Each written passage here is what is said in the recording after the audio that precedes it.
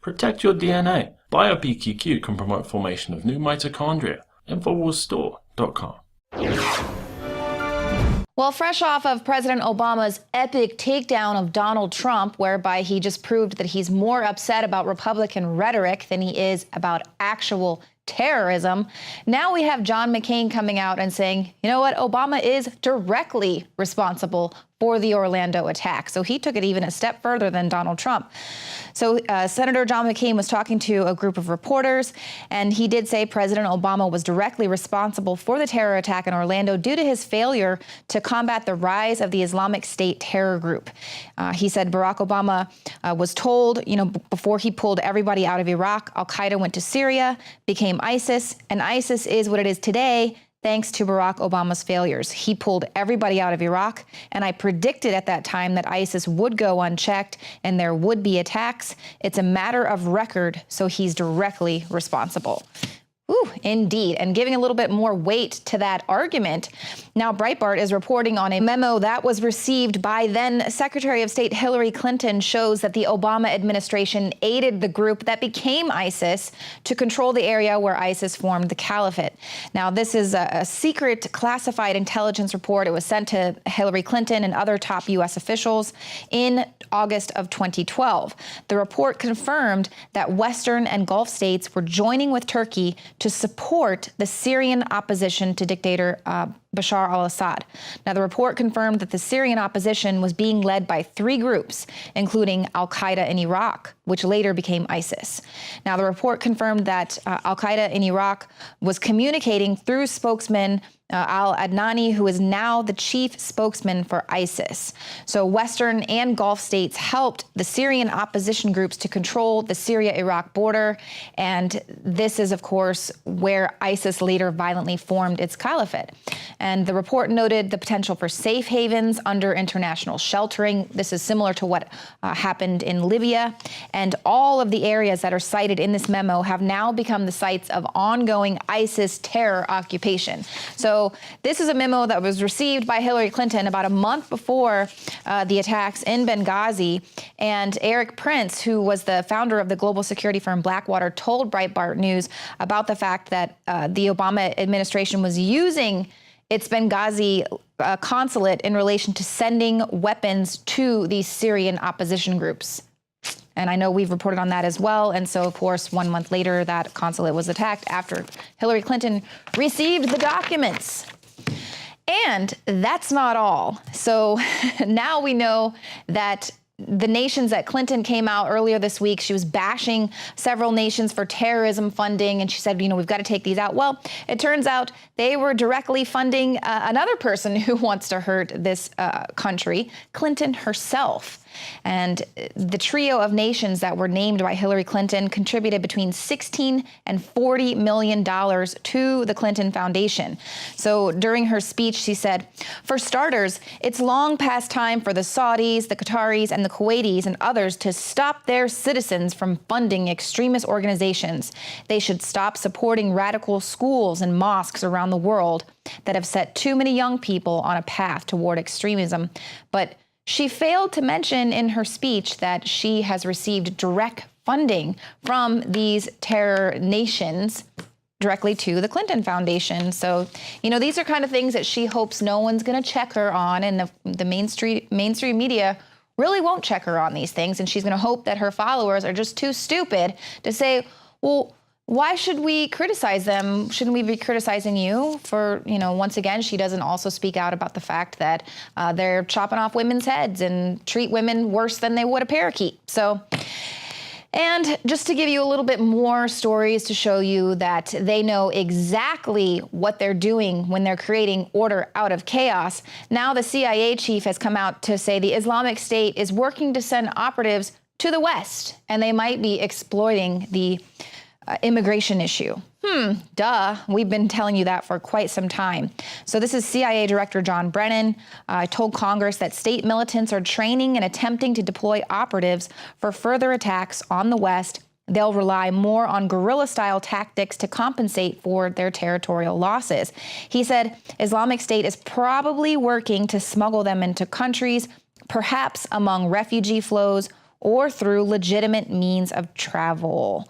So, of course, that means they're going to be tightening security, looking for these so-called lone wolves and things to be springing up in the West, knowing that they're being shipped in, knowing that they're already coming across the border, knowing that they're going to be exploiting the refugee crisis. But are they doing anything about that? No. 441 Syrian refugees have been admitted to the U.S. since the Orlando attacks. It hasn't even been a week. So that's nearly 500 people. Imagine how many people have been coming in the weeks prior to this. Dozens of those Syrian refugees have been sent to Florida. And according to a new polling data from Reuters, it shows that support for a temporary ban on any Muslim entering the United States there's a surge in the amount of likely voters who are actually beginning to support this temporary ban, because people can see, no, this is not racist and it's not political incorrectness. We need to start taking care of our own country and considering what we're doing when we are bombing up all of these other countries out there that are turning against the West and then bringing these people in who hate us. It's ridiculous.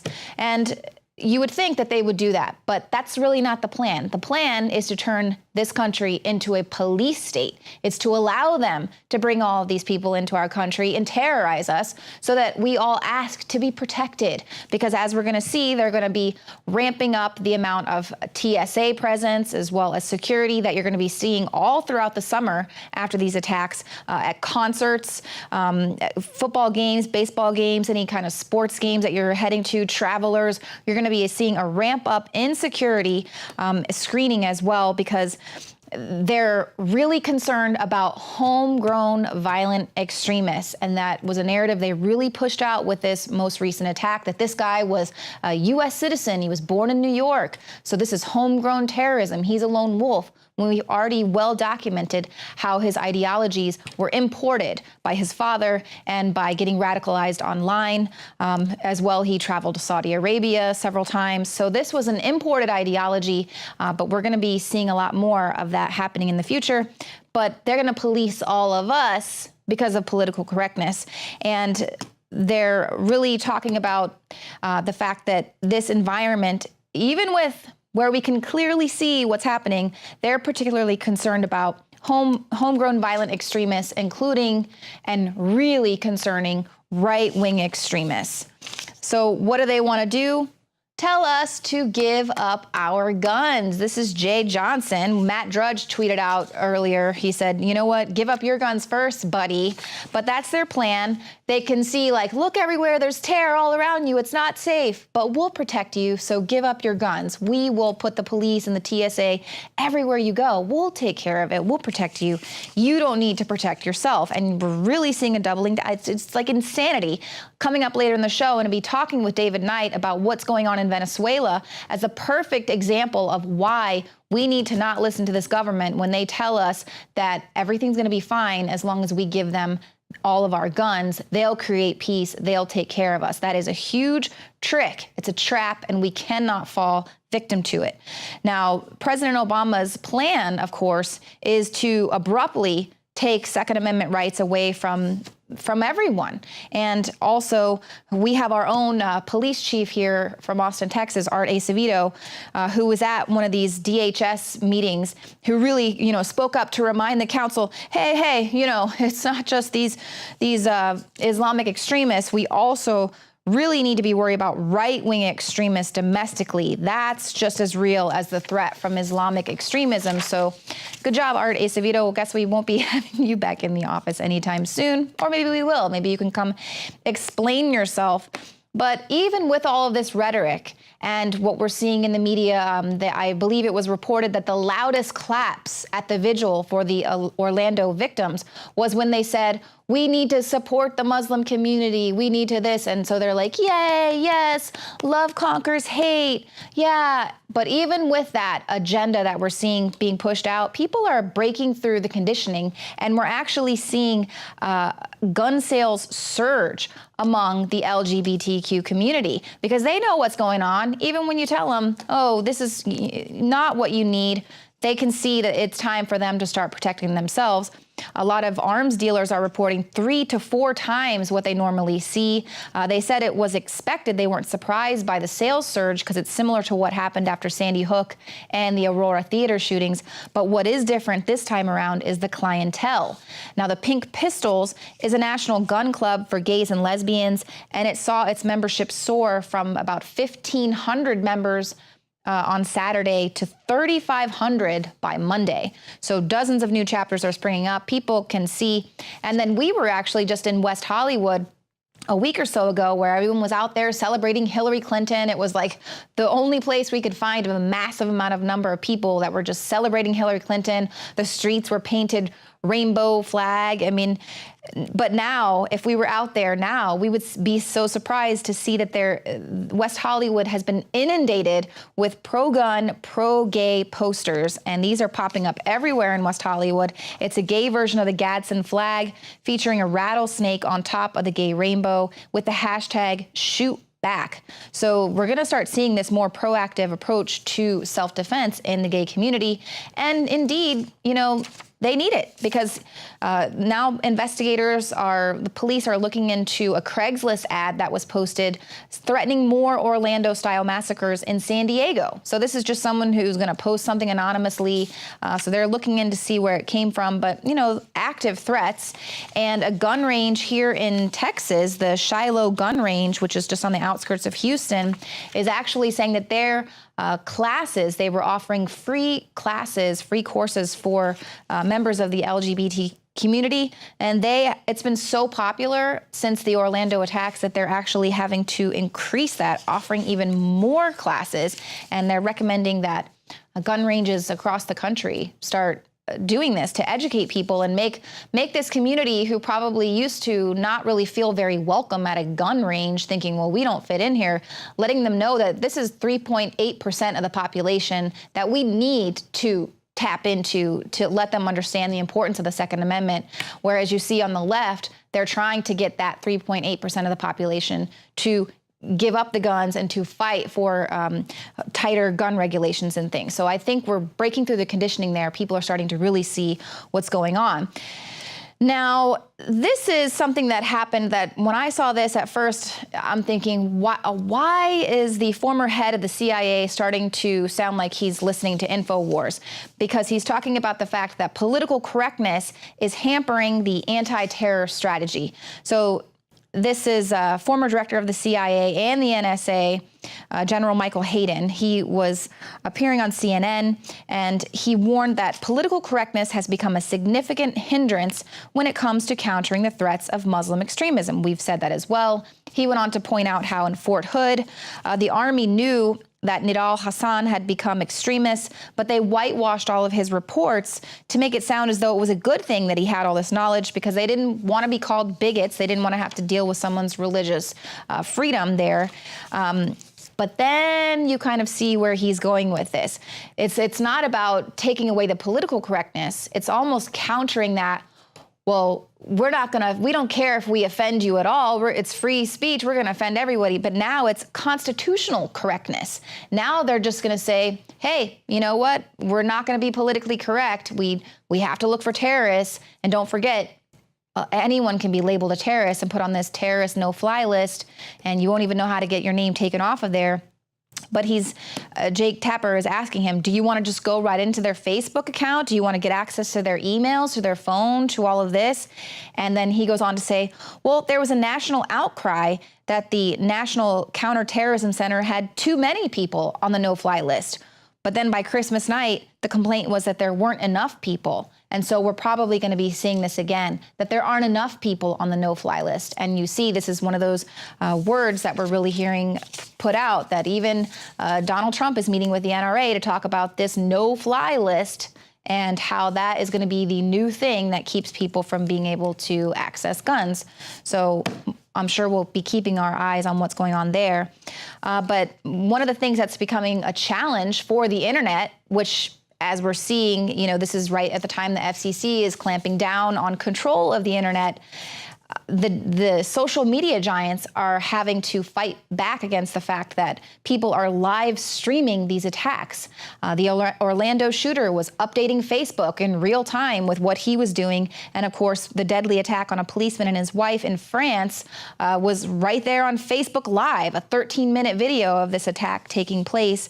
And so now we're going to start seeing a crackdown on social media because they're getting sued.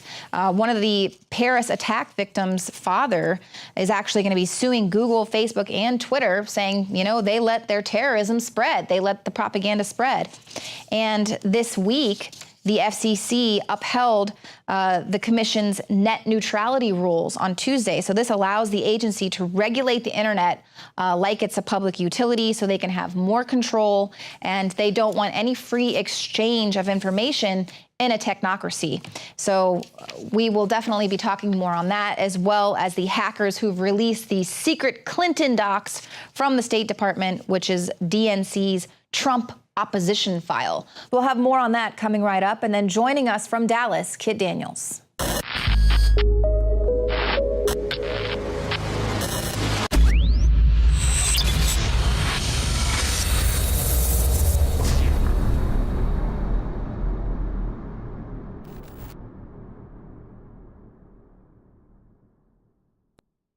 A lot of people ask me, what is the most important area of Infowars that runs the whole operation that is having such a big effect against the globalists? And I've said it over and over again, it is you, the listeners and the viewers, that send us the intel, the news tips, that support the broadcast, that spread the word. You are 90% of the operation or more. You don't stand beside us, you stand at the heart of Infowars. When I talk about the people at Infowars, from customer service, the shipping department, being just as important as our anchors, our researchers, our investigative journalists, and myself, it's absolutely true. Without this team that we've built over the last 20 plus years, we wouldn't be able to do any of what we've been doing. And that's what's so exciting, because we finally built up to a point where we now have the launch pad. Introducing AutoShip for InfoWarsLife.com, a new way to save time and money when you stock up on InfoWarsStore.com products. Again, ladies and gentlemen, when products are sold out, you're unable to get them, sometimes for months, but we hold back the products for people that have already signed up for AutoShip. When you choose AutoShip before checkout on your order at InfoWarsStore.com, we'll give you 10% off and give you guaranteed delivery of out-of-stock products that are on your AutoShip list. Plus, we're giving you free shipping on all orders above $50. Listeners have been requesting this for years because it's so easy to forget to reorder the products when you need them each month. Now it's finally here. AutoShip at InfoWarsStore.com and InfoWarsLife.com. It's easy. Go to InfoWarsStore.com, select your favorite product, click on the AutoShip, and choose how often you want us to send you another order. As you know, I coined the term 360 win, and with the new AutoShip feature at InfoWarsLife.com, it's a sure win. You add to that free shipping on orders of $50, it is a can't lose. Visit InfoWarsStore.com and save 10% off on your next InfoWars Life order by selecting AutoShip at checkout, and get free shipping on all orders above $50. That's InfoWarsStore.com, or call toll-free 888-253-3139.